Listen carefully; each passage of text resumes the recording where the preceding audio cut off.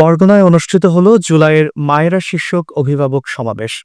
জুলাই পুনর্জাগরণ 2025 উপলক্ষে এই আয়োজনে স্মরণ করা হয় আন্দোলনে নিহত ও আহতদের পরিবারকে, বিশেষ করে তাদের মায়েদেরকে। শনিবার সকালে জেলা প্রশাসক কার্যালয়ের সুবর্ণ জয়ন্তী সম্মেলন কক্ষে এই সমাবেশের আয়োজন করে বরগুনা জেলা প্রশাসন। সভায় অংশ নেন আহত ও নিহতদের মা ও অভিভাবকরা। তাদের হাতে তুলে দেওয়া হয় উপহার সামগ্রী।